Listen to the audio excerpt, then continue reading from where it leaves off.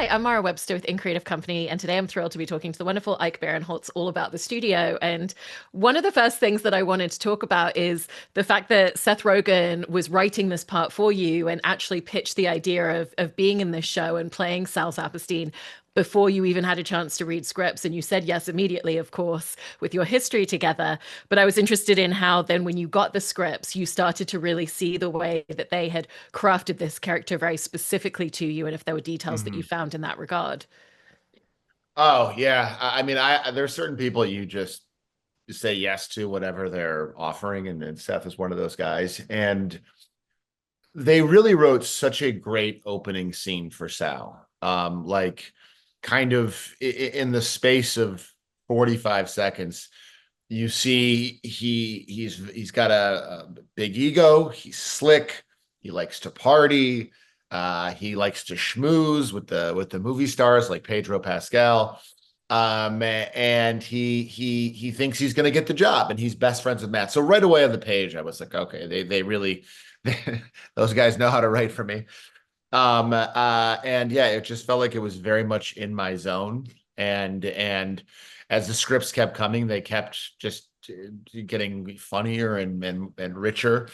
And so yeah, I had a sense of who the character was going to be, just because it's I always say, like, I'm kind of the id of Seth Rogen and Evan Goldberg, all the really bad, rough, harsh jokes they don't want to actually have come out of their mouths. They just have me say. And I think this was Sal was kind of the evolution, maybe the final boss, so to speak, of that kind of character. There's also this element to Sal as well, where he's very much a product of the time of the industry that he entered into this career and this profession. Yes. And he still has a lot of aspects of that. You know, he can step behind a door, do a quick bump of coke, and then go straight back into a conversation. And so, how did thinking about that very specific lens and time of the industry really play into Sal a lot for you as well? Oh yeah, wow, yeah, great question. I was lucky, for me, lucky, for some other people not lucky enough to taste the end of that era. I think Sal was one of those guys, and I know guys like him who came into the business in the mid to late 90s. And that's when shit was just crazy in Hollywood, where it was just like it was still, you had like residual 70s excesses mixed with like the 80s power structures changing. Then you started throwing in like indie directors. It was just a crazy, crazy, crazy time. And into the 2000s too, you started seeing that. So, I was lucky enough to kind of be around at the time, A, because it was fun. It was fun. But also just get a sense of the kind of recklessness and kind of misbehavior and general naughtiness that was going on at that time. And to be able to take a guy who was kind of, born out of that fire, to exist in 2025, where it's very different, where, just the times have changed, attitudes have changed. It really was so much fun, because it was, someone described it a little bit as a bull in a china shop. And it was very fun to watch Sal say what's coming from his gut, which is something he probably would have said in 2002, but then realizing he said it and kind of apologizing, but then taking back the apology. It's just a very fun comedic journey to play. Right, because what you're just describing there is the interesting facet of he's a product of that time of the industry, but he has adapted somewhat because you don't question why he has his job and why nobody's fired him for the things that he says. And so, how did you find that balance and that line of specificity within it? Of how he has managed to survive. Yeah, and Uh, just like he can say these things, but he also still has a professionalism about him at the same time. right. I think, like, listen, there's a lot of people have kind of left the business over the years for one reason or another. But when you talk to someone who was around in that era and they're still around now, they're like survivors. And I think Sal is a survivor. I think Sal, you kind of see it in the pilot, where the first scene, he's like, "Hey, Patty's out. I think I'm getting this job, and don't worry, it won't affect our friendship." And then two scenes later, he does not get the job. His best friend gets the job, and I kind of hug him and I'm like, congrats. I think a different show, a different version of this show, even I would walk into the office and grab the phone and be like, we gotta get him fucking out of here. I'm gonna usurp him. But on this show, they just have me go and do a bump of coke and start crying. And I think that mindset of I didn't get the job that I wanted so bad and that I deserve, but now I'm here for you, my friend, and you tell me who you need me to kill. I think that kind of loyalty, I think, is conducive with staying alive. And I think so. Sal has that going for him. And I also think too, he really, and a part of this does go part and parcel with how he does like to party and schmooze, but the talent loves him. And I do think that in this business, if you're an executive and the talent is like, I want him there, I want her on set, that does kind of go a long way. So he's, and he also, I think, does have a decent eye for movies that work financially, at least. He admittedly is not like a film guy, but he understands, like, in his mind, like the smartest move ever was incorporating the Dwayne Johnson into the Fast and the Furious franchise. It completely just put new life in the franchise. It made them an extra, $3 billion, and that's like the greatest decision in cinema history. I also feel like with some of what you're describing there as well, he has this real adaptability and he might have the idea of, okay, I really want this job. I really want to be the studio head. But when it doesn't work out, he kind of understands how to pivot quite well. Yeah. And I think you see a lot of examples of that throughout the series. And how did that play into the way that you were looking at his responses to different things of, yeah, he might take a beat, but he's going to figure it out quite quickly. Yeah, I think adaptability is like the most important thing. I think if you're like, I'm not going to change, everyone's crazy but me, everyone's changing, I think you're not going to exist too long. And if you do exist too long, you're going to be really, really mad. But I think he kind of he's very nimble. You know what I mean? He's ethically nimble. He can turn on a dime. There's an episode. Have you seen all the episodes? Yeah, multiple Yeah, times. but okay, wow, God bless you.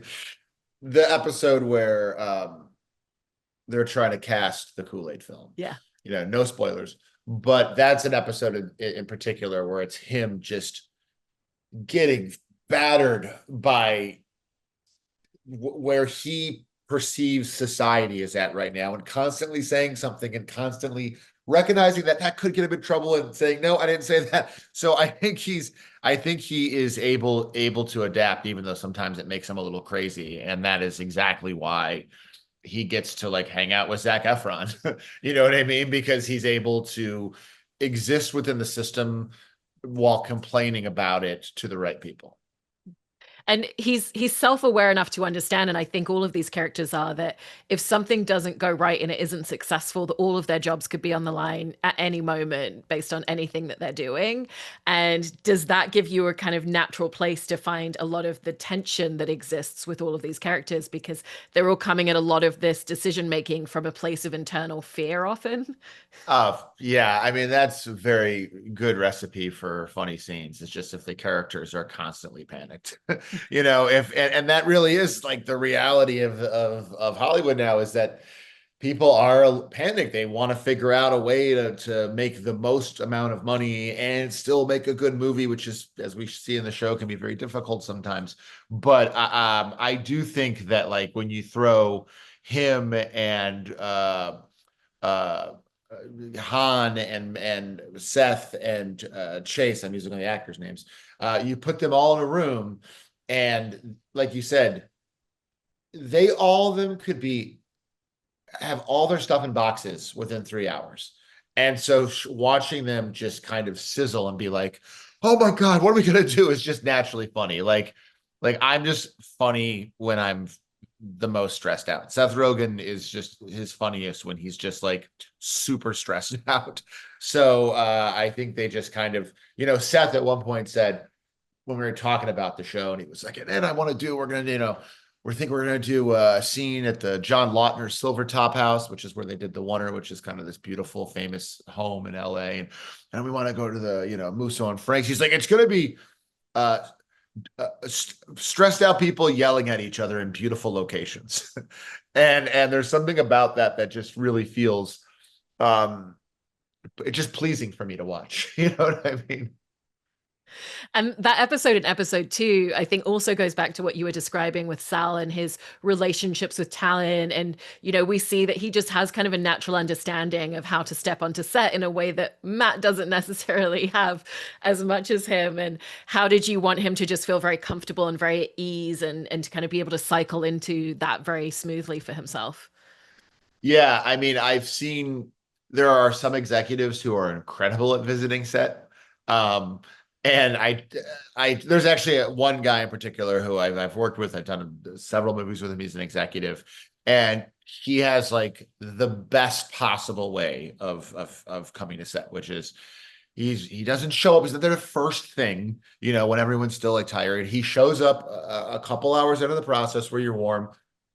He comes, he sits in the back and watches for a few minutes. When there's like a big camera turnaround, he comes over, says, "Hi, guys, this looks great. Where are we going to dinner tonight?" And then he goes off and does his work. And then, so I kind of going into that, like, and I think in the episode, I'm constantly like, can we just go get some drinks? Let's leave. Let's just go and say hi and then go to the Dresden. And so I was really modeling it after that guy. And Seth, I think, was going the opposite way of the executive who is just like, I'm so excited about this, and I have a lot of ideas, and I really, really want to put my mark on this and this specific day. And so, yeah, so I think there's just two totally kind of different ways to go about it. And most executives, I would say, fall somewhere in the middle.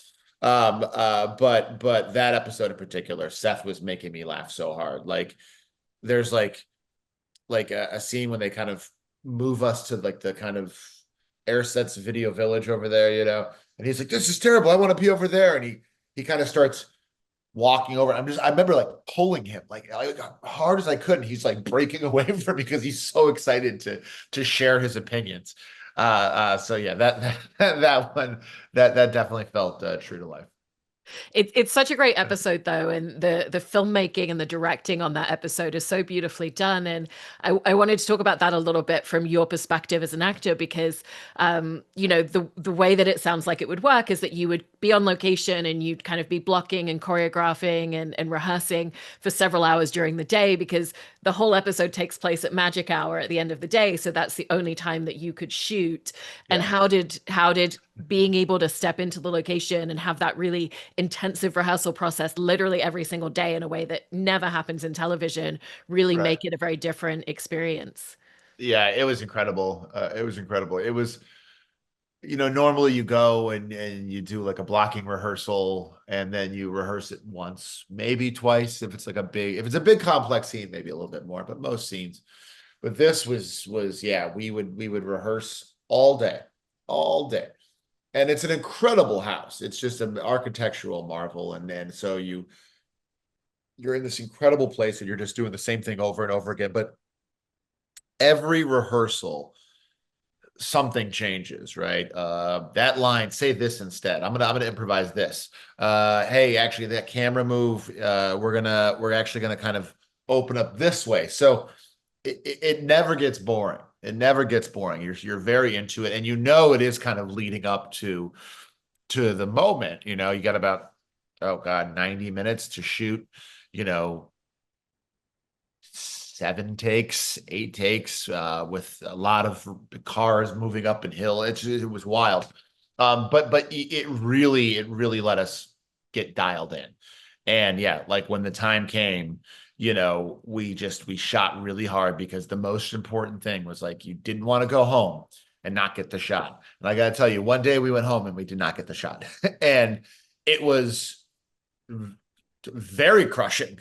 It was depressing because like we're like, oh, because it's so complex. It's literally like moving back and forth to like 6 different rooms and running outside and Seth getting nailed by a cup of coffee while people are there and getting into a classic car with a camera mount being popped on the hood with this giant magnet, and then it's so complex. And we were just like, oh, we didn't get it. This went wrong. Go again.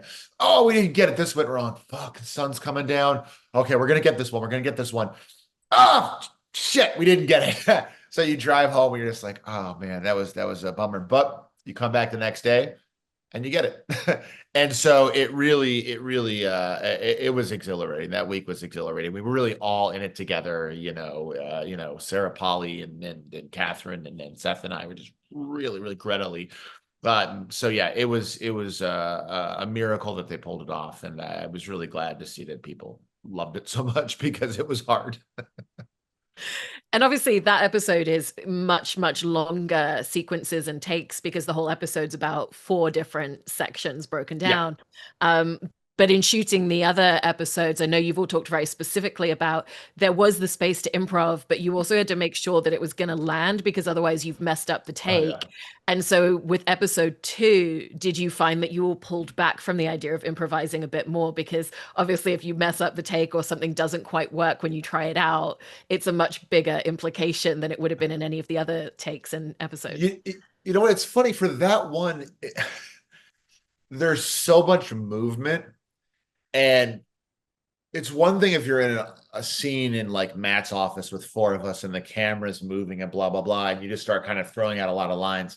But like in that episode, it's so kinetic that like when we're like on the script, like Seth and I run into the room looking for his suit. And there was like, I think there was maybe one or two lines of like, look for my suit. It's brown. And me being like, oh, there's a lot of brown suits. But like in the moment, there's time.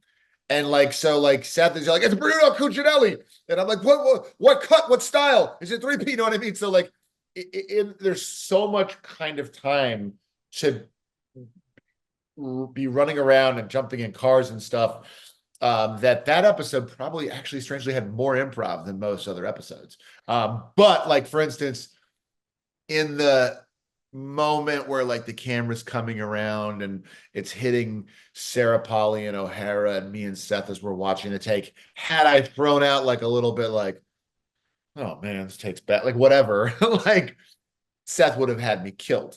But that episode did lend itself to a lot of like kind of just little spur of the moment, like just yeah, little improvs. Yeah, did you find that the barometer of kind of when you felt like you wanted to jump in with ad libs or improv really, really shifted and changed depending on the scene and depending on the episode and what was happening? 100%, 100%. And also too, like, Seth's what one time there was a scene where we were walking in somewhere and we had done a couple takes, and I was while we're walking in, I was kind of filling the space and blah blah blah blah blah.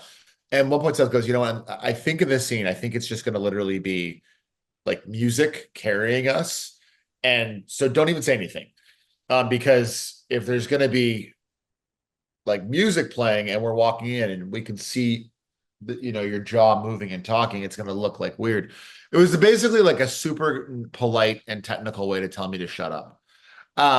But yeah, you really do get a sense of which scenes it's good to kind of throw something in, because there is a certain thing is too much improv, folks. And when you start, every moment you're trying to, throw in something, you start to get diminished returns. So I was using my best judgment to kind of gauge each specific, not even scene, but like moments within a scene where it's like you kind of know, like at this moment, it's best just to shut up. And one of the things that's so great and so fun to watch within the dynamic of these characters is the very different relationships that they all have, because Sal and Matt obviously have this real history and this friendship, and we see them go watch a movie together at the end of the day at work. They still choose to spend their time with each other. Whereas, for him and for Quinn, Chase's character, it's a bit more adversarial at times. And, they come at it with a different perspective. And for Sal and Catherine's character, Maya, they're much more colleagues and they are friends, but they clearly respect each other and listen to each other's opinions. And how do you feel like the different dynamics of friendship, colleagues, adversary kind of really gave you a lot of ripe space to play within any scene? Oh wow, yeah, it's so great. I mean, Matt and Sal go deep, right? They have been back many, many years. And there's a couple moments I think where we kind of refer to moments from our past where we probably engaged in not so great behavior. But but they really have like I think probably the strongest friendship in the show. I love the kind of it's very light, but like Maya and Sal are pretty much the same age, have definitely like hooked up at some point, at like whatever the Tribeca Film Festival in like 2005. You know what I mean? They know a lot of this, or if they haven't, they've hooked up with a lot of each other's close friends or significant others or whatever. Um, and Quinn, obviously kind of I think she was always looked at as just the assistant. Like I think Sal probably was not great to her, not abusive, but definitely the kind of like, can you go get me a cup of coffee, please? Um, and now that she is not an equal, but she's part of the team, after I think the our episode, there's kind of a detente established and the friendship starts to begin. And so in those scenes, even when we're stressed out, like the moments where we're not stressed out, you see the moments of the friendship, and it really does just it makes it more real than if they're just only talking about work 100% of the time. You know what I mean? To get those moments where you do see whether it's something very overt like Matt and I having like martinis while we're watching Goodfellas, or just like in the finale when you see us kind of on the private jet having a glass of champagne, like it's the fun friendship fun part. So it definitely informs how you play it a little bit, and it just again it makes if the characters all hated each other, it's just a different show. It's just different. And there is like it's not Succession, which I loved, but like there's just a little more love I think with these folks, which is And great. that episode with Sal and Quinn going at each other, it's great because I think it goes back to what you were describing about the comedy that comes from stress. And, because she does manage to mess with him in a lot of ways, but there's also Oh so much yes. great physical humor in that episode. And it feels like he just becomes more and more physically tense as that episode goes on. And did you feel like that episode really gave you a lot of physical space to play into as well? Yeah, it did. It was a lot of that episode was some of the first stuff we shot, and what I had never met Chase, and kind of right away was literally like, "Hey, nice to meet you. Oh yeah, I know that guy. We have mutual friends."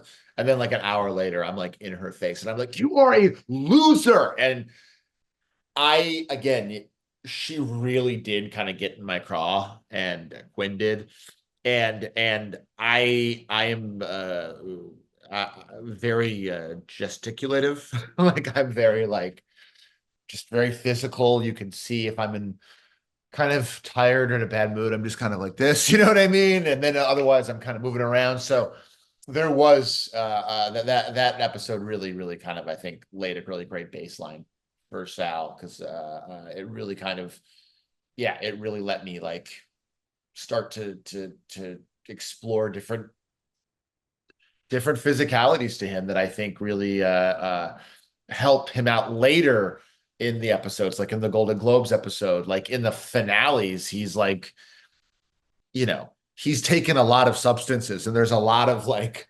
fear and loathing style physicality in that. So that episode really did kind of let me kind of go from like cocky and bouncing and pointing to like that whole thing. So it let anytime I have that much space to run, I'm having fun.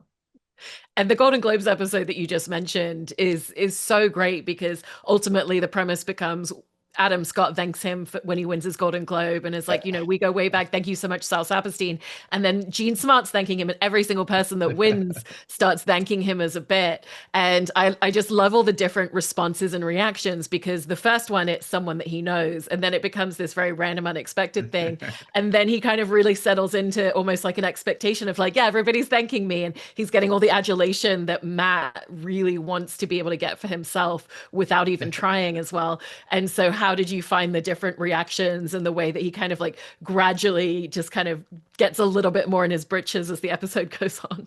Oh my God. I mean, the first one is real shock. It's because the whole episode up to that, Sal is not having a good night and he's sitting with a bunch of like random Dutch people who won't speak to him. And then when Adam gives him a shot, it's just total surprise. I think by the end, like the last person is like, I don't know, Sorkin. And I think Sal is like dancing on the table. You know what I mean? So that whole episode was surreal too, because there's so many guest stars in that episode. And we were shooting late every day. And I'm not a producer on the show, so I wouldn't even know who's in the episode. You know, some like for that, like people are kind of just showing up. So I'm like, you know, rehearsing and doing my scene and acting. And then I look up, I'm like, oh my God, Quintus here.